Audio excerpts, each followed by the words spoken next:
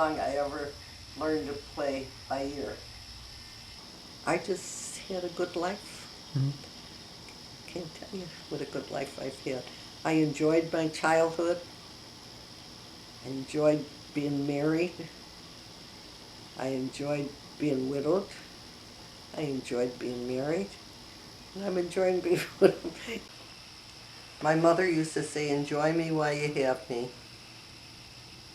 Because she used to do so much for me, and I used to say to her, what can I do for you to pay you back for all you do for me? And she'd say, when you have kids, you got to help them. And then other times she would say, enjoy me while you have me, because you never know. And let's see, I was born in 28. I was 5 years old in 1932. And we were in the heart of Depression, and I guess things were really bad, but I didn't know it.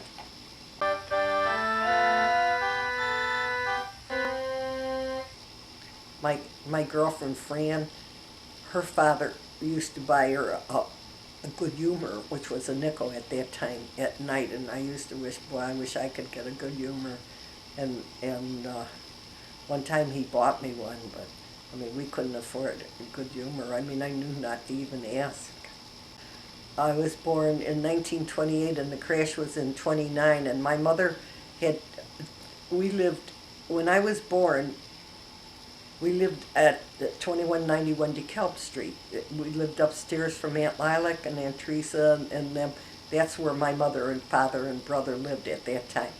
I was thinking about it. I went from Depression to the war.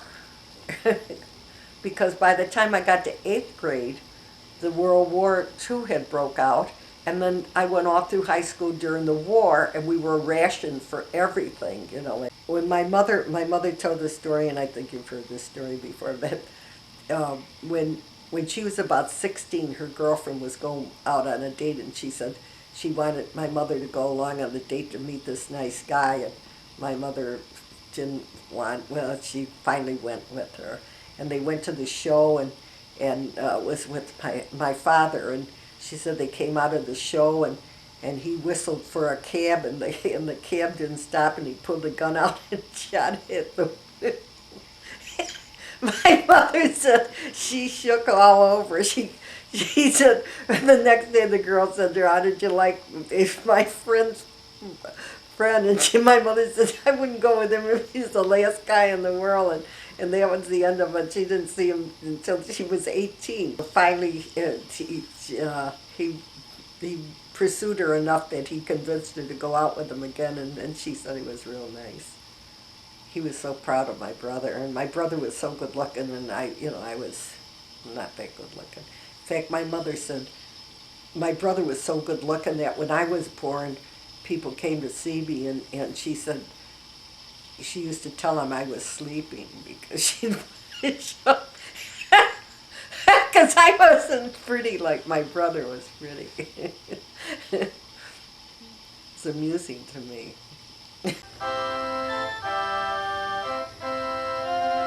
I laughed. Everything was funny to me. I was just telling Gianna the other night, when I was a little girl, I laughed at everything. Everything was funny to me.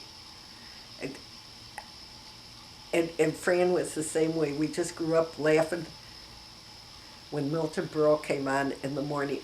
I mean, it was such a phenomenal television. I mean, this picture coming into your home, you know, you just couldn't believe it. And everybody talked to everybody, you know. Did you see that Milton Berle last night? And everybody laughed and stuff. I mean, you didn't even know the people. You were hysterical. But sometimes, if nobody was talking and I was thinking about it, I'd laugh. And I remember praying not to laugh because everything was so funny to me. On Memorial Day, they used to have a memorial service, and they would read out the names of the people that had died, you know, and then they put a carnation in the vase for every name. For some reason or another, it was really funny to Madeline and I. And we were about 13 and we'd laugh. It was really nuts. And anyhow, this lady came up to me, to Madeline and I, and she said, I want to see if you can still laugh after you've buried two husbands. It was always a test for me. I could still laugh. It was I on know the. what it is to be a minority. I was a minority before we knew what minorities were. Anyhow, these Egans, um, they they would when I got to be about 7 years old, every day after school, I would go to the store for her for a nickel. And so a lot of times I'd go to the store and then she'd say, then go next door to the bakery and get this with 6 apple slices, And oh God, gee, we never had an apple slice, from the bakery. We never had anything from the bakery. My mother made everything. And so I would stop off home and then I would go in and I'd untie the apple slices and I would cut like a half an inch off of every apple slice and eat it and then tie it all back up and bring it to her and and then around Easter time one time she told me to get hot cross buns. I didn't know what hot cross buns were, but they had icing on them, and I would take them home and tie them all. I licked all the icing off. Now I realize they had that thing across, and she used to say to me, "Rosemarie, are these hot cross buns?" I said, "Yes, Aunt Rose." So I wasn't the perfect child. That was another thing. I had all these beautiful clothes, and the other kids had $3 dresses, and I just wanted to be like the other kids. And when I graduated grammar school, that was my wish, to have a store-bought dress. And that's what I got.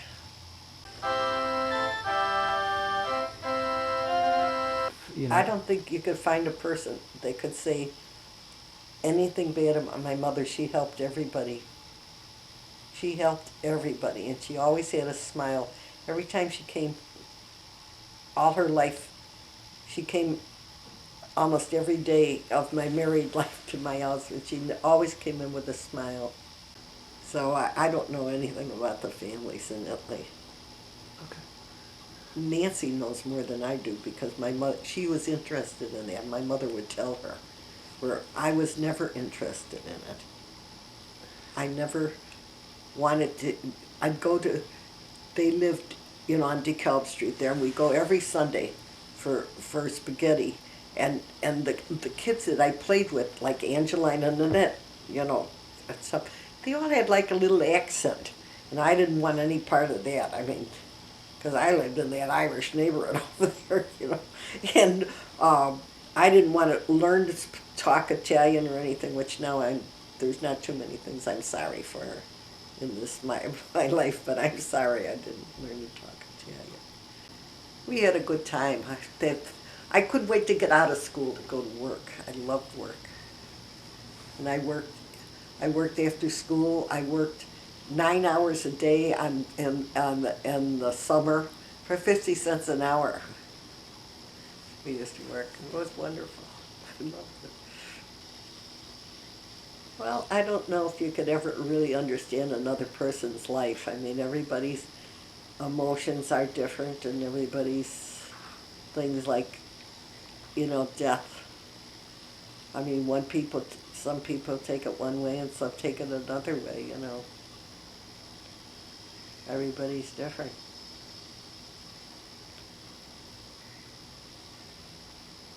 I think different from other people. And I go back, my mother said I was a breech bird. That means you're born backwards, And I really think that has something to do with my life because I think different from other people.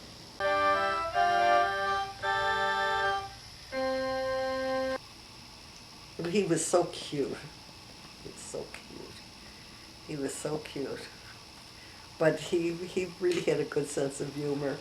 And he told me, at the beginning, he wasn't in service. A lot of guys were in service. And he said that he went to enlist a couple of times, and they told him when the Japs got to 63rd and Halsted, they would call him. And now he lived on 61st and 63rd and Wentworth, which was a mile away. And when the Japs got to 60th, and that was always, I thought, kind of funny.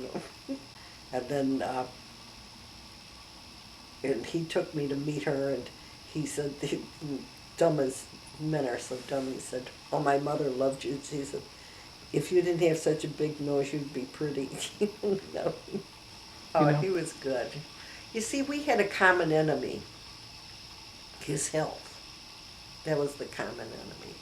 It was a different time. In the first place, nobody discussed how many kids they were going to have. I mean, if you had kids, you had kids. We wanted, Mary Ann, we practically planned her to the day, and Nancy, and Janet was, we didn't exactly plan her, but she was in the thing. We wanted to have 3 girls right away, 3 kids right away. Nothing happened, and then all of a sudden, I told him, I said, I want to have another baby. I could never remember wanting a baby as bad as I wanted you. The only regret I had after he died was I didn't have more kids. I mean, you were all I had of him. When a person dies, they're gone. But what have you got left? You got their children. So as long as you talk about people, they're not dead. I liked being married. That was one of the reasons I remarried. I really liked being married. Now I like being alone. And I never, in fact, if I knew how good it was to be alone, I probably never. I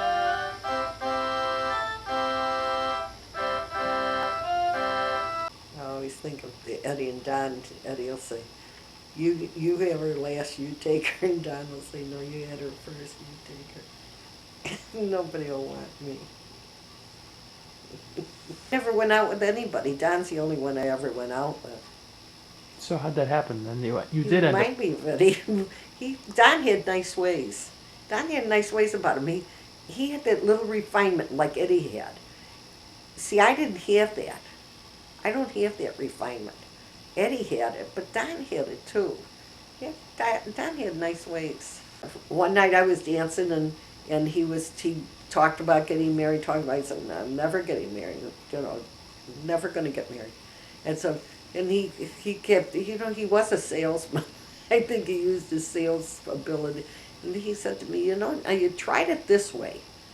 He said, for 5 years, you've tried it this way, now try it another way. He said, you liked being married when you were married, and everything. And I thought about it, and it made sense. Because I did like being married. Okay. I'm very satisfied. I'm very satisfied with things, and I just feel that God was with me every step of the way.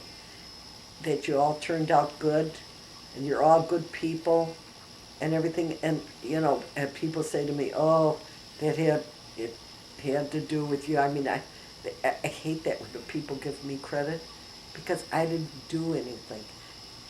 God did it all, and I know, if you can believe that or not. I mean, I get miracles all the time. Talk about me. like the Mexican priest said. I really believe in prayer, and I think it's underestimated, because like when you go to the show, you have to wait in line. You go to the grocery store, you gotta wait in line. No matter where you go, you have to wait. But when you pray, you don't have to wait. You go right directly to the source, and you pray, and there's no waiting, and it's so easy to do. I don't know why more people don't pray. How things have changed today. I mean, I tell about me going for piano lessons at 7, 8 years old on the streetcar so far and everything. And here today they can't go out, they can't. you can't go out without the sun stuff on you. You can't go out in the evenings because the mosquitoes are out. You can't go far away from the home because there's people gonna kidnap you. Oh my God. But they got all these new things. They got telephones and texting and television and I mean there's a lot of good new things, but nobody's free anymore. Goodbye, and I hope you never have to watch this. I would be so bored. That's